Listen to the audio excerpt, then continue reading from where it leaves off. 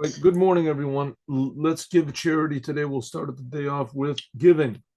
Giving charity brings the redemption. Here, let's begin to learn. Here we go. Now, if you remember, we're talking about here, the Rebbe has introduced this idea that we can change the whole world, and that's the job of the Jewish people, is to change the whole world and to improve the world. We're God's representatives to improve the whole entire world. That all the creation will recognize the Creator. We'll see how important everyone is, how important every moment is. We'll see that we're not alone, that God is always with us, etc. And in order to do that, all we have to do is think about the Creator and ourselves and the creation. All the time, I have three things in mind: God, the world, and us, and how we can improve the world the way God wants. That's, of course, through what the Torah says. So we have to learn about that. And that's basically the idea of Moshiach. That's one reason to say the Rebbe is the Moshiach, because he's the one that's encouraging us. He's doing the job of Moshiach, at least. Okay. I want to just skip over one part over here, because that's what the Rebbe was talking about, his brother. And we'll go back to this. I hope we'll have time. We'll go back. Al Pi al Mor, according to what we said before. According to what we said before,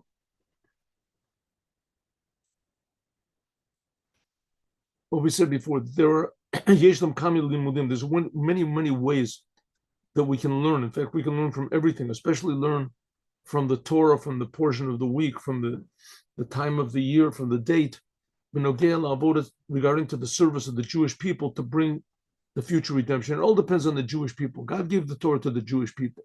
The Jewish people are God's representative in the world. Whether they know it or not, whether they want it or not, whether they appreciate it or not, whether they know what it means or not, but that's the fact. That's what it says in the Torah. And the Torah was the only book which was given in front of 3 million witnesses, and it's still being observed letter for letter, just like it was the first day it was given. But often, we have to prepare for the Geula, for the redemption. That we are now at the end of the time of exile. Says the Rebbe, the exile is already finished. It's already finished, or it's finishing. It's the last moments. We're in the last moments. Hine ba gula. Any second, the whole thing is going to change. Like I said before, it's like a person turning on the lights. Nothing new is added in the situation, in the room. You just turn on the lights, you realize what's there. The same thing is, we don't really realize what reality is. We're blind, we're deaf, we're insensitive. We're thinking about ourselves. That's all we have. Like a person that's in a dark room, he's just thinking about himself. He can't improve anything in the world because he doesn't see anything in the world. And he's just thinking about survival, basically. And that's what we are in the world. We don't have any idea what reality really is, how important this world is. And the Rebbe is trying to inform us that it's all in our hands to really do it, We read here and we can see that there is such a thing as God. God really cares.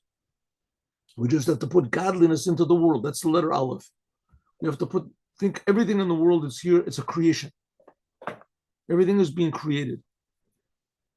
The spiritual, the physical, and it's all there for me. Every person should say that, for me to use and reveal. Kodem call, first of all, Yesh no mana, there's an answer to everyone, Shemit Palim, that they are surprised. Unifalim, and in fact, they're even shocked. Mikach, from this, Shemarishim, that we are, making so much noise and commotion. That every single Jew, tzorich lasot, has to do, believe all, and to bring about Geula, that the future redemption shouldn't be in the future, that it should come right now. First of all, the Rebbe says, you want to talk about the redemption? Okay, say a word, say 2 words. It's a religious idea, and Chabad is a religious organization, so say a couple words about it. But the Rebbe is trying to stress that every Jew in the world has to wake up, every single Jew. And he stresses it and repeats it from different angles, and then he repeats it again. And he tells it again, then he explains it in a different way, and then in a different facet, and from a different viewpoint, and from then he brings another sentence from the Torah, and he brings another sentence from the rabbis, and he brings another sentence, proof from what's happening in the world. And for this, that the Jews have to wake up and bring the redemption. Jews have to wake up and bring the redemption. Jews have to bring it with them, and again and again and again. Some people are just very, how do you say, shocked. What is the Rebbe trying to do? Just like I think I told you, the Rebbe had one person that really opposed him, and they asked him for a reason why. What's the reason? Have you ever read anything that the Rebbe wrote? What do you oppose? He said, "What do you mean? Why am I opposing the Rebbe? He sits in Brooklyn and makes the world crazy. Sitzt in Brooklyn and macht Meshuggah the Welt." He's talking about that's maybe one of the best explanations of the Lubavitcher Rebbe that I've heard.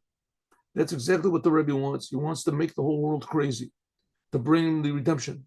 We have to go out of what we think is normal and make a whole realize what really is normal and healthy.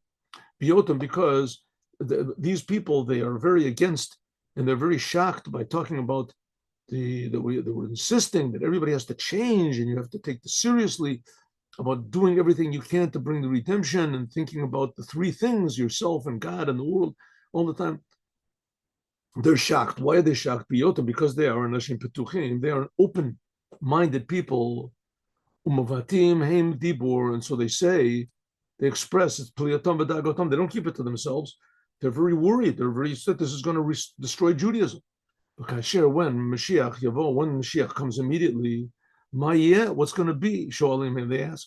In kol ha'pu'ulot, all the things v'inyanim she'im polo b'meshech kama v'kama shanim b'galus, that they've made so many success achievements and accomplishments, success.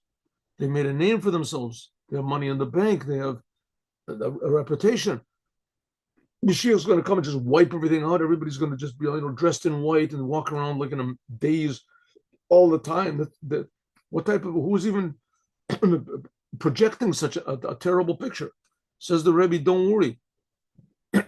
What are you worried about? All the businesses they made, all the rechush, all the money, the possessions that they have. What about your friends? What about your connections that you've got? Hey, Bnei Yisrael, what the Jewish friends, non-Jewish friends, shekashru that they've made all this time, and they're thinking, what Mashiach is going to come? He's just going to wreck the whole world. Everything is just going to be religious, and everybody's going to be in the synagogue all day. And says the Rebbe, and these people are worried.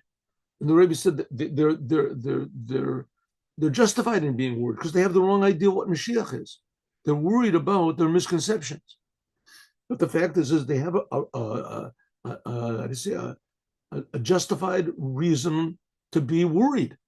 What's the justified reason? They're misunderstanding. They don't understand the situation properly. And that's a good reason to be worried, right? That's a good reason to be worried because they don't understand really what's. I'm going to explain to them why they shouldn't be worried. Hamana al-Kach, the answer is, she'en malafachah, there's nothing to worry about. Mashiach is going to come. The Geula, the future redemption, ain't Pirusha, doesn't mean that the world is going to stop being a world and that your possessions and your bank account and that your friends are going to be gone. Your personality is going to be gone. Hadavurim told him that all the good things that you did according to the Torah in exile will be erased. Exactly the opposite. Geula, the whole idea of the future redemption, includes in it all the things, good things that you did in the time of the exile. The friends, genuine friends that you made, the family that you have, the money that you earned honestly. In fact, everything becomes, how do you say, released, meaningful. That their true value, that you really reveal the Aleph, the Alufo Shalom, the creator of the world, the master of the world. The Rebbe explained this in a different place, what the Aleph is. There are three aspects of. You just reveal God in the creation. Hakavana, Batachlis, and Mitit, B'kol Pulot, the real true purpose of everything. Kafisha calls it, like this is, really Kavoda Shel Kodesh Baruch Hu. This is the glory, revealing the glory of Hashem in everything. It's almost like taking a picture. You have a picture and it's terrible. It's awful. You just turn it around and all of a sudden, wow, you realize, well, this is really a beautiful picture, right? I couldn't figure out what it is. And all of a sudden you just turn the whole thing around, say, well, it's a beautiful, a scenery of whatever it is of the, some island or something. Or like I said before, you have a picture that's very nice. It's not all of a sudden you realize in the corner, who made this picture? This is a genuine, Van Gogh or something that's worth, $200 million. Just a signature, you realize who it came from. The same thing with the world. When we realize that everything in the world, who's the author? Now, if it's a false picture, if it's a copy, then it's not worth that much. It's worth $1,000, maybe $2,000, maybe. If it's a genuine, Renoir or something, then the picture is worth $100 million. The same thing in the world. There's things in the world which are fake. All the money that was made dishonestly, all the friends that were made only in a selfish way. But all the things that are genuine that you would want to have anyway, that you won't want to keep, all those genuine things you'll see that they were more genuine than you thought. That love is really love and truth is really truth and courage is really courage and that honesty and that these things are really infinitely more valuable than you could possibly imagine. So all the things which are valuable in the world exist over Mela, so automatically, ein malid og or the polot. There's not to worry about the creation, about what you did. Afilu binyan reshut, even if you did these mundane things. Shapalu b'zman that you did in the time of exile. Adarab, exactly the opposite. Mizeh yeshno hara, there's a teaching. Shekol bal esek, that every businessman, similarly, shoich lachapes derechim, you have to look for ways how to reveal in your business the glory of Hashem. Everything you have, thank God. Thank God I made a business deal. Thank God I have money in the bank. Thank God I have what to sell. Thank God that my products are reliable. Well, in Atzel, you have to use your business and all of your say your belongings and your connections, the Hosip Torah mitzvahs, to add on and Torah in the commandments. You meet a person, a non-Jew, talk about the 7 Noahide commandments. You meet a Jew, try to put the tefillin on him, try to say a word of Torah. Direct the person, be a good example of what is a person that he really believes in God and his Torah. From this, Muvenis is understood also the teaching on the other side. I just want to say one more thing. Generally in Judaism, the essence of Judaism is education. Is education. Only as a last result is force used. Sometimes force is necessary, but generally force is only necessary to stop people from doing bad things, not to convince them to do good things. There are rare examples where force is permissible to be used to do good things, and then it's only very, very, there's only in really, really desperate cases. The classic one is a man who beats his wife or whatever, treats her bad, and he refuses to divorce her.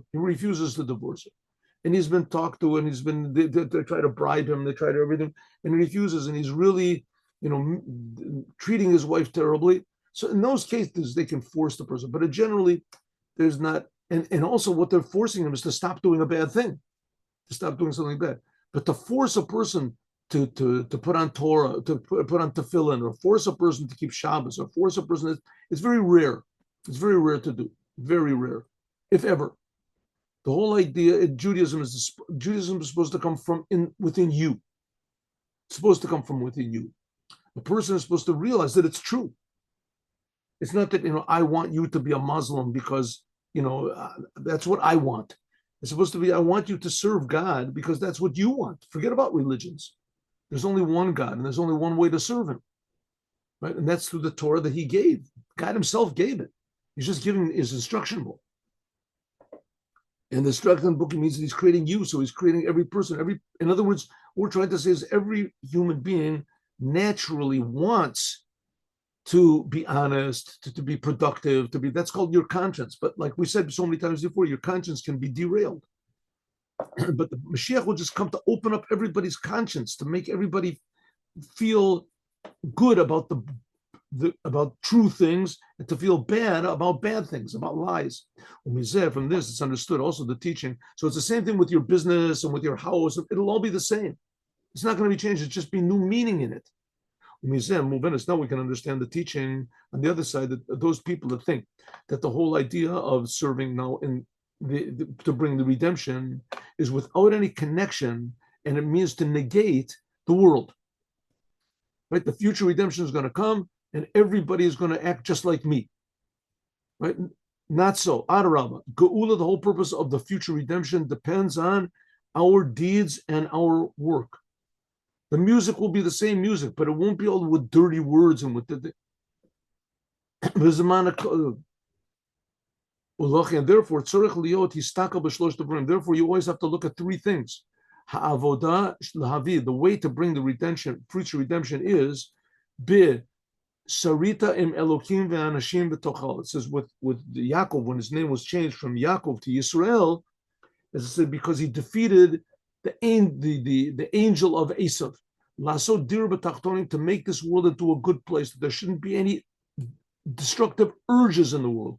To prepare the world for the future redemption.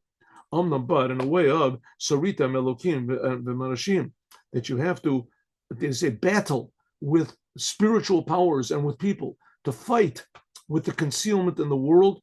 And what's concealed in the world? Education. You have to fight against ignorance. You have to fight against the selfishness. But it has to be in a way of Malchut, that people receive godliness, they receive with their own free will. People simply realize who they really are.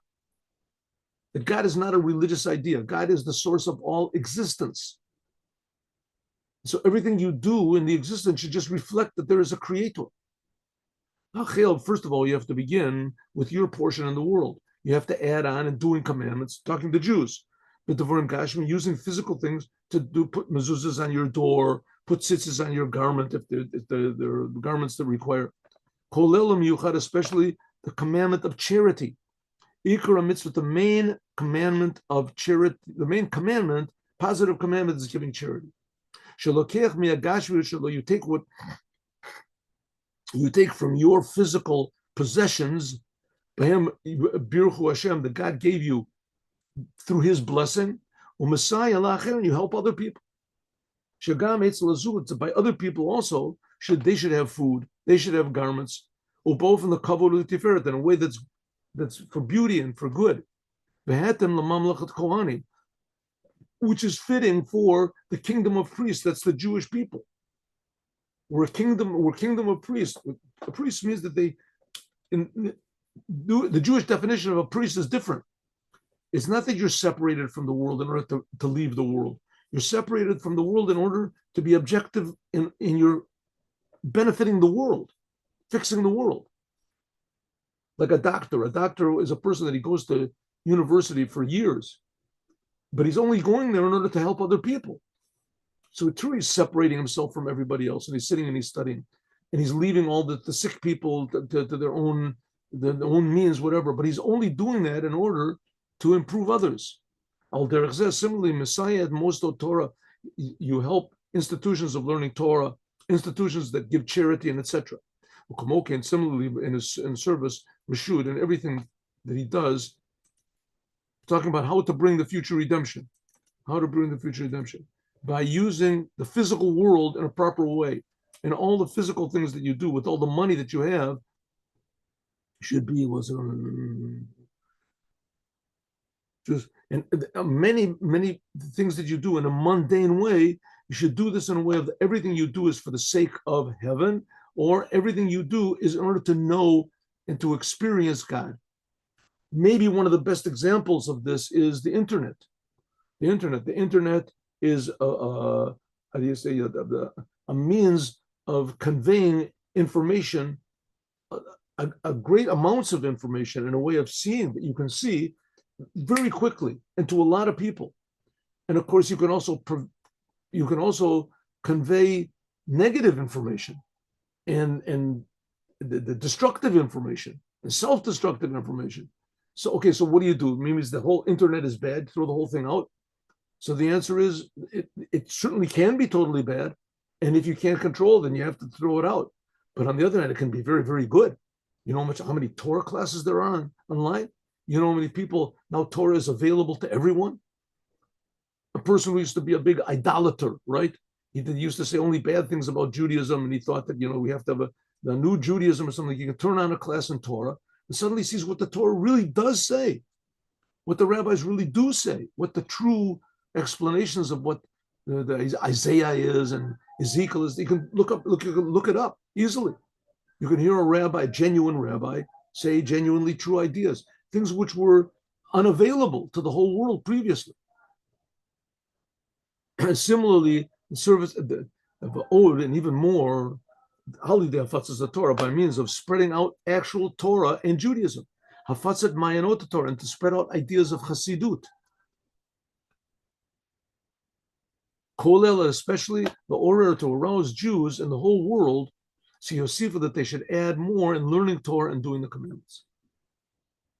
But came also to advertise Ulagalot and to reveal in the whole world Alufa Shalom, that there is a God and that God is the creator, and that God, there's only one God and he creates everybody. To give this idea out also to the non-Jews, Umot Olam, to doing the 7 Noahide commandments and their preparation so that the God will be the king of the world. In other words, that the whole world will come only to reveal and worship and to feel that they're being created and that there's a creator that's creating them. Worship your creator. Says the Rebbe, that's what it means, revealing the Aleph in the Geula. That the world, the way it is just the way it's supposed to be. But you have to turn on the lights. You have to turn on the lights. There has to be a realization by all humanity that they are being created, that there is a creator, that the creator is good, that the creator wants the world to be here.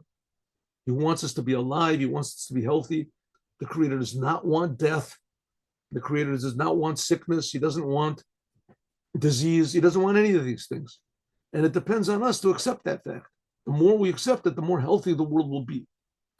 Says the Rebbe, that's what the Torah was given from. The Torah was given from the creator of the universe. To us, the non-Jews have 7 Noahide commandments.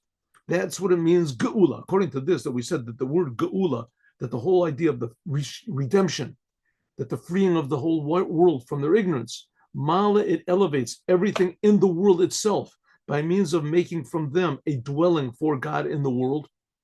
Until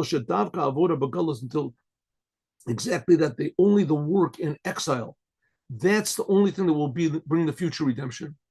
Harimove, and so it's understood that the world itself and the non-Jews themselves, even in the time of exile, they can help in serving help the Jewish people to bring the redemption. And we can say that now we are in the end of the time of exile, right next to the future redemption. We can see that the non-Jews are really, really helping us. Kafisha Roim, like we can see in these last generations, and even more in the last time, and especially in the last days that we're in the generations before this, the Jewish people in the countries where they were, they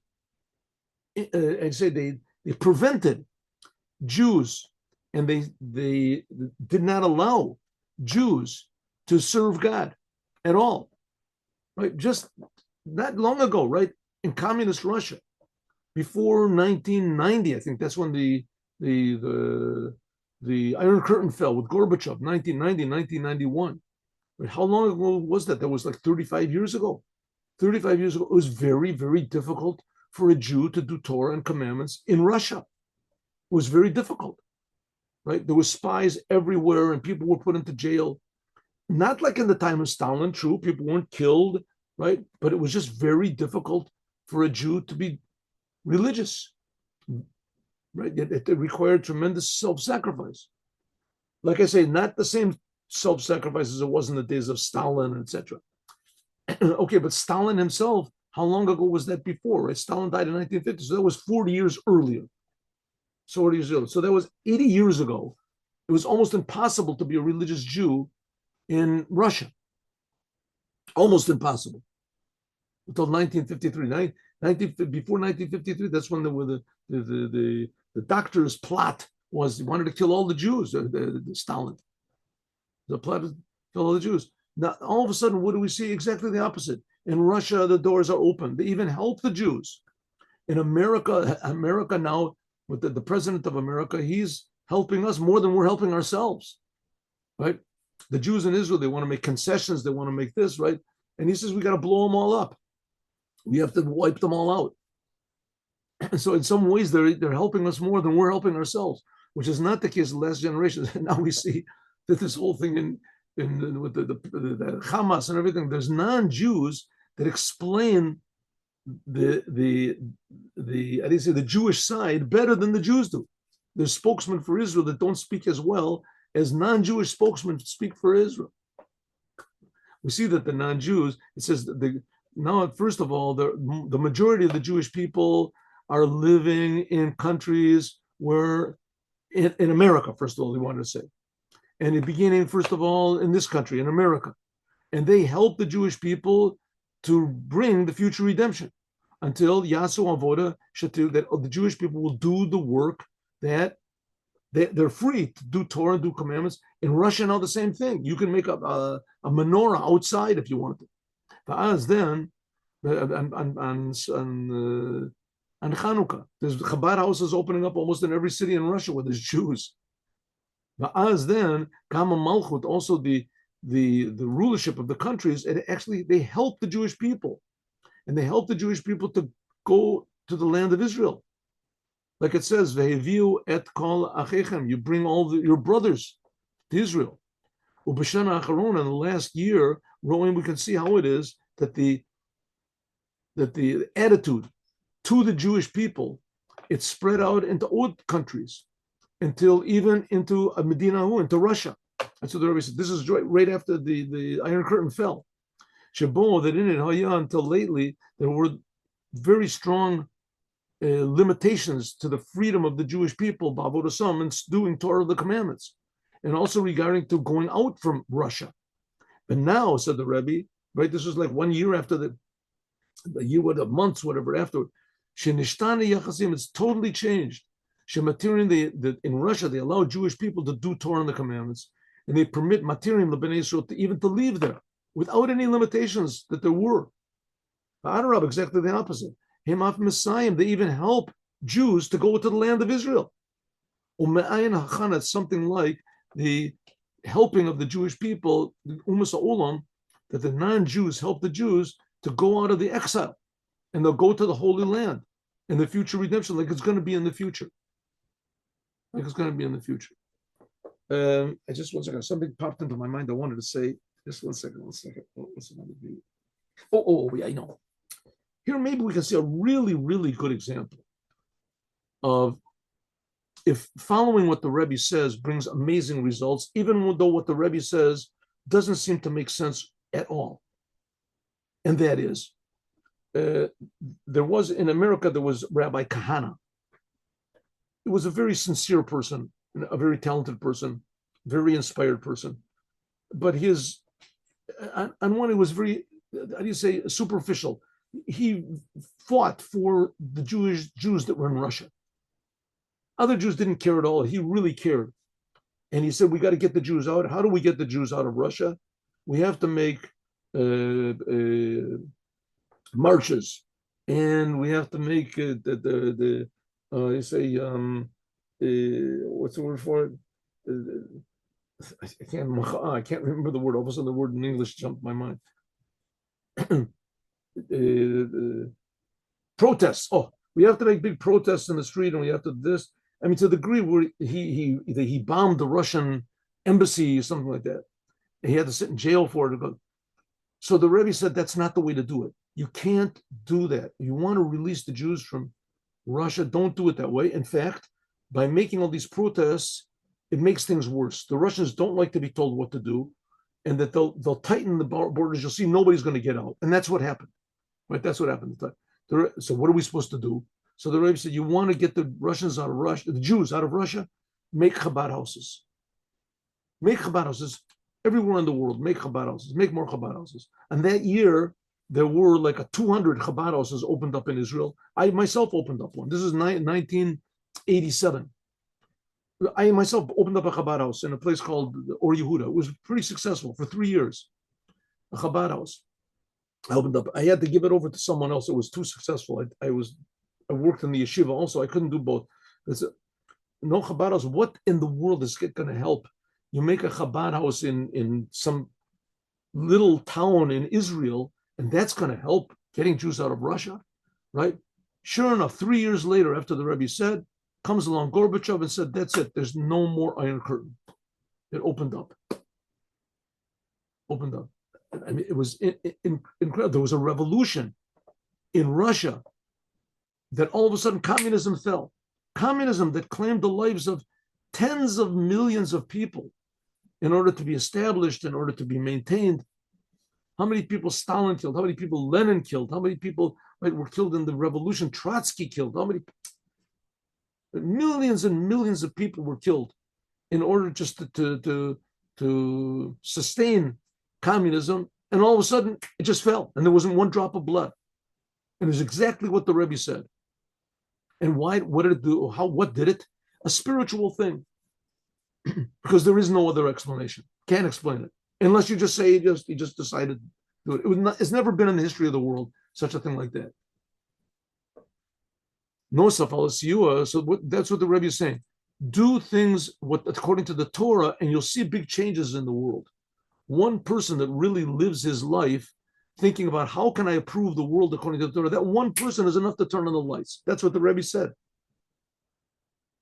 Who is that one person? I mean, I'm trying. You try also. Maybe you're that one person. Nosaf, in addition to the siyua, in addition to the aid which is given by the non-Jews to the Jewish people, there is also things which you can see how the non-Jews, the nations of the world, the Gentiles themselves do pu'ulos, to do things which with good and kindness, charity. Shemagalim od yoter, that they reveal even more that there is a creator, there is a, how do you say, a creator to the creation, that there is a master of the world. Hachana, there's a king to the world. The Hachana is a preparation, what's going to be in the future, that says that God will be the king. Hashem Malucha. Where is this saying? Isaiah, right? No, he brought it before. Isaiah, near the end of Isaiah, that God is going to be God will be the, yes. According to what we said before, yes, that we said that all the matters of the exile themselves, by means of making a dwelling in the world, become Geula until in fact the avoda begalus, that our service in exile, that's what's going to bring the redemption. So it's understood that the things of the world themselves and the non-Jews themselves, that they help the Jewish people. We can, and they're helping the Jewish people right now. And Yeshlomar, we can say, and by the way, 2 of the 7 Noahide commandments, I mean, one of the Noahide commandments is that you have to make courts of justice. And not kill means that you have to value life. The 7 Noahide commandments are all prohibitions. They say that there's 30 positive commandments. There's different lists of them. I sent it out to people. You want to see, I'll send. No, but all those negative prohibitions, they have a positive side to them. You have to value life. You have to value people's property. You have to value the family. And this is really going big in the world. Especially in America now, I think that which Trump won, I think one big factor is the family. All these woke ideas are trying to destroy the family. They're trying to destroy birth. They're trying to divert and to pervert the sexual the power of people from having children to having pleasure. And that's destroying the whole family. It's destroying the whole fiber of mankind. In addition to that, all this licentious stuff is against, it's one of the 7 Noahide commandments. It's not allowed to be homosexuality and these things. Those things are forbidden, according to the 7. But that's the negative side. But the positive side is the family is very important.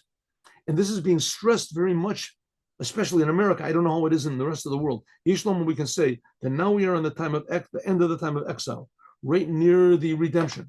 So it's coming to reveal that the non-Jews are helping us even more. Kafisha Roim, like we've seen in the last generations, especially, and even more in the last few days, and especially in the last days, really, is the Jewish people in the countries where they are, where there was so many difficulties in serving God in general, those difficulties have been lifted. Russia, the Rebbe is talking about the falling of the, right?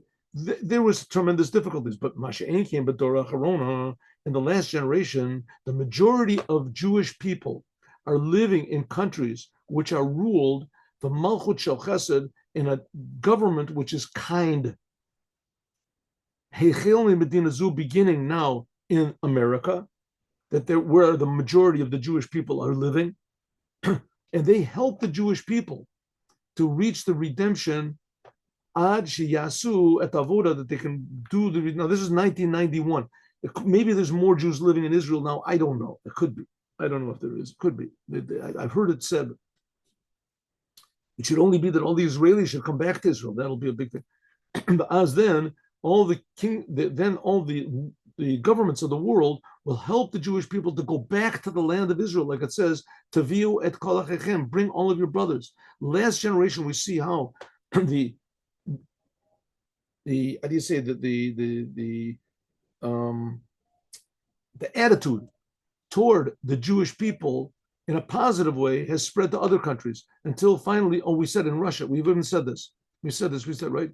That they're allowing them and they're even helping them to do Torah and mitzvahs. In addition to the help that the Jewish people receive from the non-Jews, right? We see the non-Jews also reveal that there is good. You know what? We did this. I'm scrolling down when I get excited a little bit, so my finger moves this thing back. So we're never going to finish at this rate.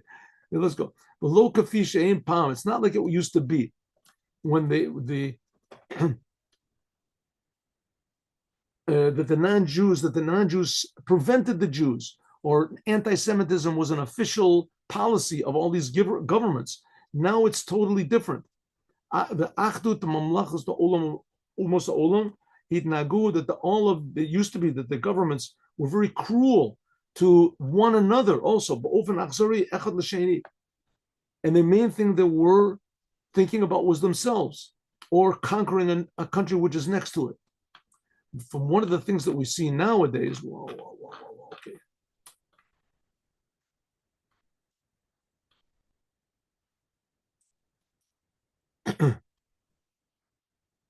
Nowadays we see how the non-Jews in the world, they are adding in charity and in education, two of the main foundations of the world. Okay, now when the Rebbe said this, things were really going up. They were really they're going up. Now, just in the last year or two, maybe the last 3 or 4 years, I think, suddenly there was a tremendous descent in morals and in family, and etc. Especially since the time that Obama became the president, there was a big stress on decadence and separateness, to divide people according to race and according to this. But when the Rebbe said this, everything was really going up. It says that before the future redemption comes, that all bad will be revealed. And that's one thing that I think is happening right now in a pretty obvious way. So it says, in America now, they're helping all these other countries. That's the way it was, at least in 1991. They're trying to help people and save people, especially small children are being saved from cold and from death. In this, we see the mercy of this country, of America. Kasher Aim Shamu, when they heard how it is that people were suffering, I think there was a big, earthquake, whatever. So Hagam She'ain Im Krovim, even they heard the people, I think it was in Turkey, even though there was a tremendous earthquake, and these people are not the same race as America, they don't believe the same things America does. They had no connection between them. Suddenly, America was aroused to help them. According to the policy of America, is to help other people in the world. Because they don't ask, they don't wait until the aid is being requested. Now, I know that the media in the world is always looking for bad things. And so and there are bad things, there certainly are. So they always stress, how America is killing people and they're causing people, countries to fall. And they're not stressing the good. But the fact there's a lot of good. The novelty of the most recent things that there are can be understood, even though that by the Jewish people, this is not anything new, because the Jewish people always was going according to the Torah and the commandments and giving charity and education. Jewish people are the people of the book. Harizem Megale, but it reveals even more that there is a boss, a manager to this world. This is the foundation of charity and education. That's why the Jewish people are here, to benefit the world and to educate the world. Like we said many times, the true success in education depends on recognition that there's a God, a creator. All this is that the Rebbe complained many times, and I think everybody should complain, and now we really see it in a revealed way, that universities are supposed to teach morals, values, honesty, the integrity. You go to university and you learn how to be a doctor, you learn how to do things, and how to make money for yourself. But you don't learn what's right and wrong. Says the Rebbe, but now we see in the world that they're trying, it was a big effort to spread out what is good and what is just and what is proper, true to mankind. All this, in addition to the fact that many things happen with Hashgacha Pratis, that we can see God's hand in things, whether regarding in general or whether regarding every single person individually. The intention is that they should reveal more and more that the world are helping to make a dira b'tachtonim, to make a world where God is controlling the world and to bring the redemption. And what does it mean that God is controlling the world? That there's no murder and that there's no lying and there's no deception, no suffering. People don't try to make other people suffer. Kolal, especially in the last week, said the Rebbe, we find that in some corner of the world was found precious stones. I think that this is referring to diamonds that were found in someplace in Africa. I think so. With the blessing of God, that we said before, like it says something like the clouds, the Nasi'im, that the clouds that brought the precious stones, which were used in the breastplate of the Kohen, it says that clouds brought them, Ananim Abium. But the Kavanah, the intention was that we use the wealth that God gives us for charity and for helping others. What's the final word? The final word on this is Geula, the future redemption, will come by means of our work in exile. The revelation, Gilui, of Alufo Shel Olam, of the master of the world, the king of the world, the creator of the world, Aleph, into Geula, into the exile. In other words, putting meaning into everything in the world so that the world becomes a meaningful place as it is. This, our generation, is the last generation of exile, will become the first generation of the redemption. HaKadosh Baruch Hu Ozer, God should help. Sheroim, and he does help. Sheroim, that we see that the last occurrences that were in the world, how it is that the world is helping to bring the redemption. And simply what it means, that every single Jew has to add on in doing more good deeds, in serving the Creator in general, Shemevim et Geula, that they bring, doing anything that good that will bring the total redemption and benefit of the world. Kolel, including, especially, like we said before, Limud Torah, learning Torah about what the redemption is. People do not know. In the written Torah and in the oral Torah, there was a Torah Shabbal Peh, in the oral Torah, the Mishnah, the Gemara, Midrashim, etc. Like I said before, the whole religion of no truth. All Christianity is just based on misinterpretations of the Torah, misinterpretations of the prophets. Huge billions of people, because they just don't know what the Torah really says. And the ones who teach them are as ignorant as they are. They just simply don't know. Somebody has to learn the truth. And like the Rebbe said about getting the Jews out of Russia, just do a little bit good and God will do the rest. According, and this itself, we have to add on, according to what we said about Pesach Sheni. And I just want to take 1 minute over here. Let's pause the recording. See if this will work. 1 second. Give me a minute here, please. 1 second, 1 minute. Right. Let's go back here. Oh. We have to add on in what's Pesach Sheni. Okay, let's take the lesson from Pesach Sheni. What's Pesach Sheni? Second Passover. Passover number 2. What's Passover number 2? What is this thing? Pesach Sheni. What is this? There's a law in the Torah that every Jew, when there was a holy temple, had to bring, or at least participate in bringing the Pesach lamb or goat to the holy temple. You had to bring it. It was an essential thing. A person that didn't do it, the punishment was very severe.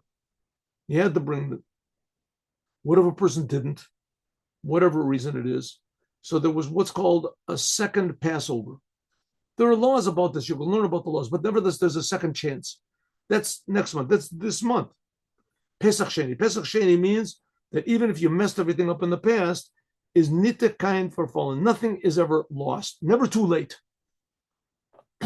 Ein af pam mikra abud. Nothing is never too late. Not lost. Nothing. It's never too late to do good. A person has to make a cheshbon tzedek, has to make a proper accounting. If he is really finished and worked serving God as well as he could have, she. Or maybe you could add on a little bit. In this, there is a horah, teaching, and also a blessing. That even if you missed something, or even if you missed a lot in serving God, but it's never avud. Your whole life you didn't put on tefillin. Your whole life you didn't keep Shabbat. God forbid. Your whole life you never learned Torah. Never too late. Never too late. Nothing is gone, is lost.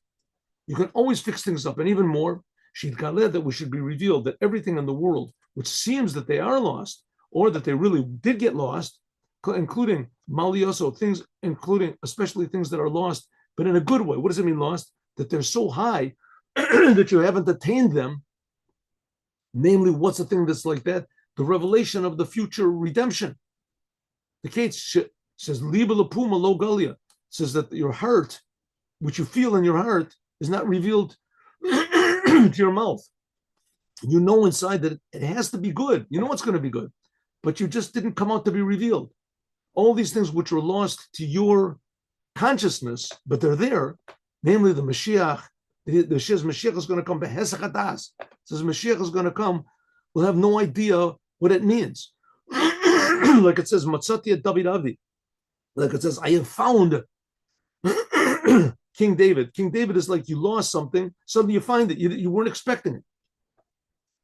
It says it's in Psalm 89. All this will be revealed in Mizmor Tzaddik. That's the Rebbe was going into his 90th year. What it says, Yehi Noam, that the pleasantness of God will be on us, and all of our handiwork will be permanent, and everything that we do will be lasting. When will that be? The third temple. The third temple will be a thing that will be the result of all of our work. It'll be permanent. It'll be beautiful. And the future redemption, Geula of the Jewish people. In other words, you do what you're supposed to, even a little thing, and God will do the rest.